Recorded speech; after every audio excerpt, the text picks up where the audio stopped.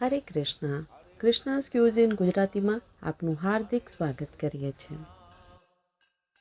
એક જ ડીશ હોય પણ તેને અનેક પ્રકારથી આપણે બનાવતા હોઈએ છીએ, જેમ કે દમ આલુ. દમ આલુ જોવા જોઈએ તો બંગાળી દમ આલુ, પંજાબી દમ આલુ, ગુજરાતી લોકો પણ નાની બટાકી બનાવતા હોય છે. આજે આપણે બનારસી દમ આલુ બનાવીએ. તો આજે આપણે જગન્નાથજી માટે બનાવી રહ્યા છીએ બનારસી દમ આલુ, અને તેને સ્ટફ કરીને બનાવવામાં આવે છે. ખૂબ જ સ્વાદિષ્ટ બને છે. તો ચાલો બનાવવાનું શરૂ કરીએ. બનારસી દમ આલુ બનાવવા માટે સૌપ્રથમ આપણે લઈ લઈશું 6 થી 7 મેં લાંબા અને મોટા બટાકા લીધા છે. આમાં નાની બટાકીનો ઉપયોગ નથી કરવાનો. સરસ રીતે ધોઈ લઈશું. આ રીતે તેની બધી જ છાલ નીકાળી દેવાની છે.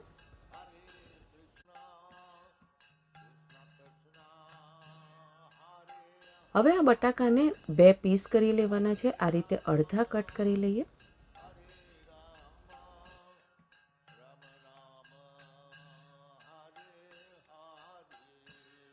અહીંયા બટાકાને બાફવા માટે પાણી ગરમ કરવા રાખી દીધેલ છે.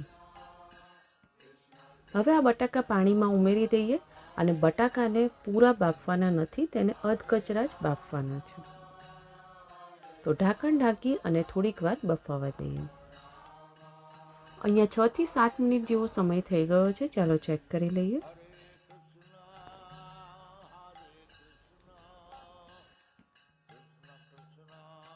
બટાકા આ રીતે અધકચરા બફાઈ ગયા છે. સ્ટવ બંધ કરી દઈએ.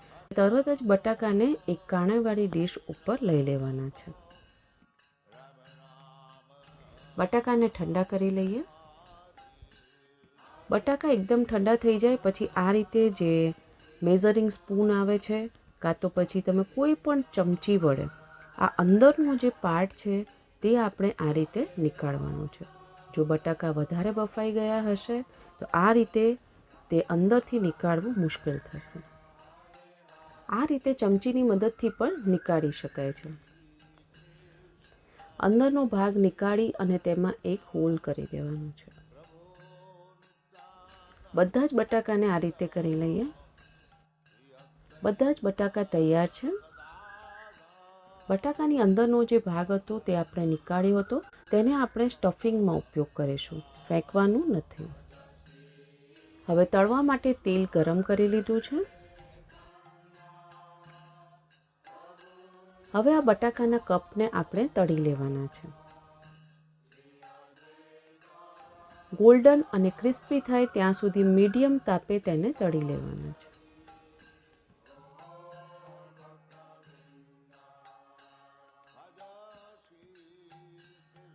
ચારથી 5 મિનિટમાં તમે જોઈ શકો છો કે બટાકા સરસ રીતે તળાઈ ગયા છે. આ જ રીતે બધા જ કપ્સને આપણે તળી લેવાના છે.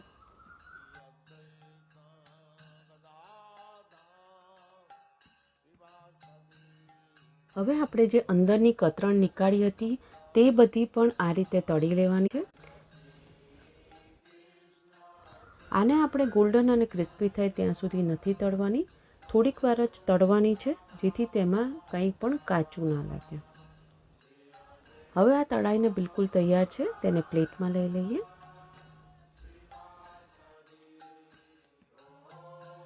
સ્ટફિંગ બનાવીએ.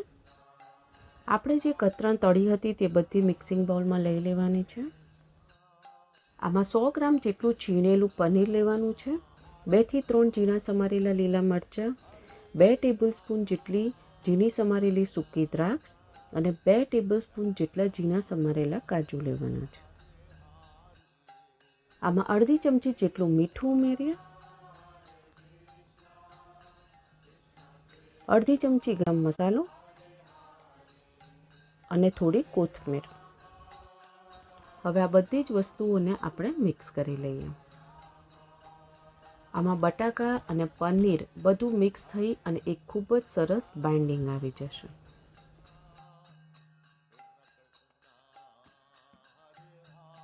તમે જોઈ શકો છો કે સ્ટફિંગ બિલકુલ તૈયાર છે. હવે જે બટાકાના કપ આપણે બનાવ્યા હતા તેમાં આ બધું જ સ્ટફિંગ સરસ રીતે ભરવાનું છે. એકદમ દબાવીને ભરીશું, અંદર જગ્યા ન રહેવી જોઈએ. અને આ જ રીતે બધા જ કપ્સ આપણે ભરી લઈએ.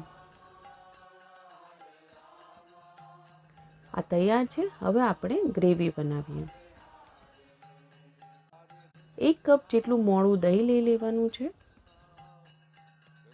તેમાં 1 ચમચી જેટલો ચણાનો લોટ,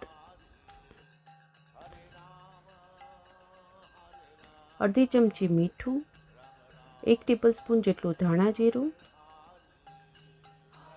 1 ચમચી લાલ મરચું, અડધી ચમચી હળદર, અડધી ચમચી શેકેલા જીરાનો પાવડર. આ બધું જ સરસ રીતે વિસ્ક કરી લઈએ. બેસન આપણે એટલે ઉમેરીએ છીએ કે જ્યારે આપણે ગ્રેવી બનાવીએ તો દહીંના લીધે તે ફાટી ના જાય. તો દહીંનું મિશ્રણ બિલકુલ તૈયાર છે. હવે એક કડાઈમાં 1 ટેબલસ્પૂન જેટલું ઘી ગરમ કરી લઈએ. 1 ટેબલસ્પૂન જેટલું તેલ, 1 ચમચી જીરું, અડધી ચમચી હિંગ અને 2 તમાલપત્ર, અડધી ચમચી જેટલી હળદર, 2 ઝીણા સમારેલા લીલા મરચાં, 1 ચમચી જેટલું છીણેલું આદું. બધું જ ધીમા તાપે સાંતળી લેવાનું છે.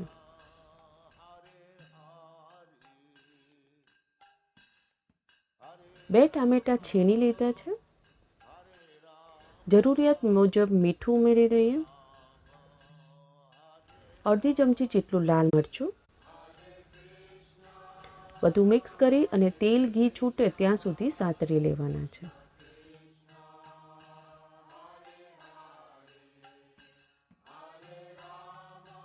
ત્રણેક મિનિટ જેવો સમય થઈ ગયો છે અને તેલ ઘી છૂટી ગયા છે. હવે દહીંનું જે મિશ્રણ બનાવ્યું હતું તે તેમાં ઉમેરી દઈએ. એ જ વાસણમાં 1 કપ જેટલું પાણી લઈ અને તેમાં ઉમેરી દઈએ અને હવે તેને આપણે 3 થી 4 મિનિટ માટે સતત હલાવતા રહેવાનું છે.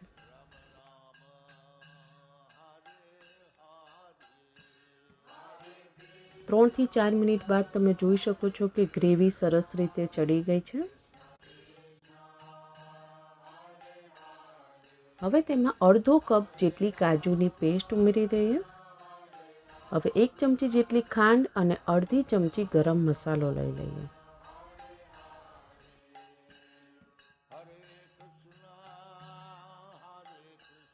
કાજુની પેસ્ટ બનાવવા માટે 10 થી 12 કાજુને અડધો કપ ગરમ પાણીમાં 1 કલાક માટે પલાળી દીધા હતા અને પછી તેને ગ્રાઇન્ડ કરી લીધા. તો કાજુની પેસ્ટ તૈયાર થઈ જશે.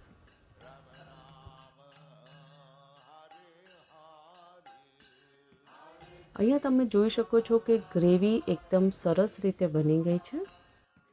હવે આ સ્ટેજ ઉપર 1 કપ જેટલું પાણી ઉમેરી અને મિક્સ કરી લઈએ.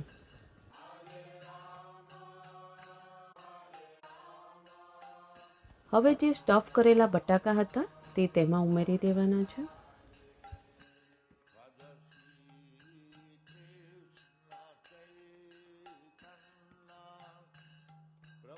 હલાવવાનું નથી, ઢાંકણ ઢાંકીને 5 થી 6 મિનિટ ચડવા દઈએ. 5 થી 6 મિનિટ થઈ ગઈ છે અને તમે જોઈ શકો છો કે બનારસી દમ આલુ બનીને બિલકુલ તૈયાર છે. ઉપરથી થોડી કોથમીર ઉમેરી દઈએ. અહીંયા લચ્છા પરાઠા સાથે સર્વ કર્યું છે. તમે રોટલી, ભાખરી, પરાઠા સાથે પણ સર્વ કરી શકો છો. તુલસી પત્ર પધરાવી અને ઠાકોરજીને ભોગ અર્પણ કરીએ. ઠાકોરજીને ભોગ લાવી દીધેલ છે. જો તમને આવી પ્રસાદની રેસિપીઝ પસંદ આવતી હોય તો લાઇક, શેર, સબસ્ક્રાઇબ કરો અને બાજુમાં આપેલ બેલ આઇકોન પર ક્લિક કરો જેથી પ્રસાદની રેસિપીઝ તમને મળતી રહે.